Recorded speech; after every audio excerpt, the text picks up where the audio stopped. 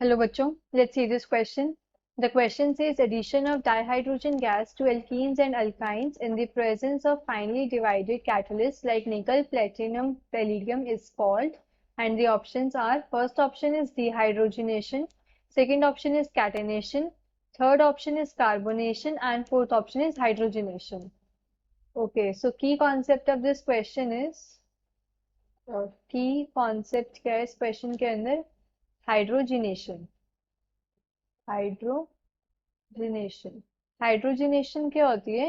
इसको हम ऐसे बोल सकते हैं कि ये वो रिएक्शन है जिसमें हम क्या करते हैं, हाइड्रोजन मॉलिक्यूल को ऐड करते हैं एल्कीन्स अल्काइंस में, जो कि क्या अनसैचुरेटेड कंपाउंड्स होते हैं, double bonds and triple bonds present होते हैं।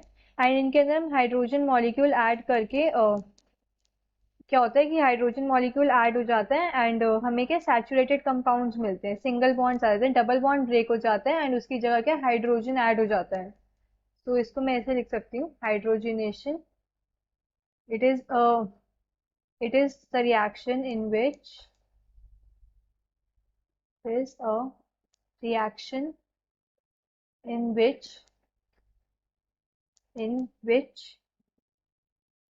hydrogen molecule is added, H2 is added to unsaturated compounds unsaturated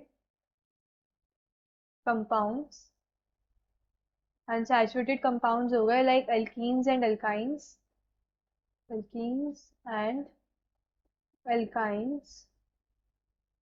to give saturated compounds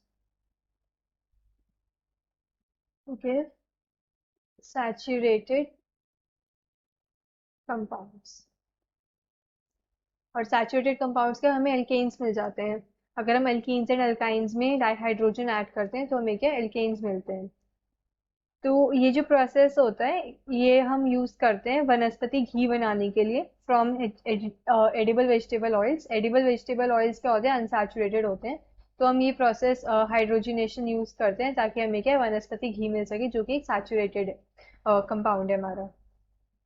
so it is used in the manufacture of it is used in the manufacture of वनस्पति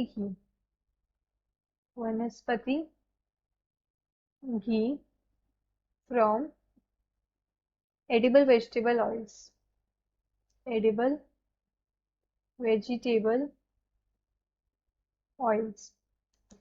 अगर मैं एक example लूँ, suppose मैंने ethene ले लिया। Ethene क्या होता है मेरा, CH2 डबल बॉन्ड CH2। मैंने इथीन ले लिया एंड इसके अंदर मैं डाइहाइड्रोजन ऐड कर रही हूँ in the presence of catalyst. Catalyst हम निकल, प्लेटिनियम, पैलेडियम लेते हैं, इनमें से कोई सा भी ले सकते हैं हम। तो अगर मैं डाइहाइड्रोजन ऐड कर रही हूँ in the presence of catalyst ethene के अंदर, तो मेरा ये डबल बॉन्ड ब्रेक होके मेरे पास क्या है, यहाँ पे हाइड्रोजन आ जाएगा, हाइड्रोजन अटैच हो जाएगा। तो अब क्या, मुझे एल्कीन से एल्केन मिल गया, अनसैचुरेटेड कंपाउंड से सैचुरेटेड कंपाउंड मिल गया। तो इस प्रोसेस को हम क्या बोलते हैं, हाइड्रोजिनेशन। अब मैं ऑप्शंस में चेक करूँ, first option is dehydrogenation. Dehydrogenation क्या होता है, रिमूवल ऑफ हाइड्रोजन होता है, इसमें H2 मॉलिक्यूल रिमूव हो जाता है, तो ये इनकरेक्ट ऑप्शन है।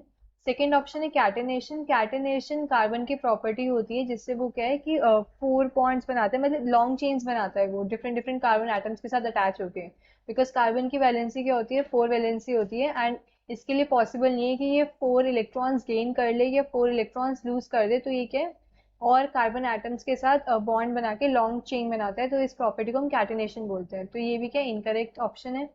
नेक्स्ट है कार्बोनेशन। कार्बोनेशन क्या होता है, हम किसी भी लिक्विड को अगर हम सैचुरेट कर रहे हैं कार्बन डाइऑक्साइड गैस से, तो उस प्रोसेस को हम कार्बोनेशन बोलते हैं। लाइक हमें मार्केट्स में कार्बोनेटेड ड्रिंक्स मिलती हैं, जब हम उन्हें ओपन करते हैं तो फिज साउंड आती है, तो वो क्या होता है कि उस प्रोसेस को हम कार्बोनेशन बोलते हैं, जब हम कार्बन डाइऑक्साइड गैस को सैचुरेट कर रहे हैं किसी भी लिक्विड के अंदर।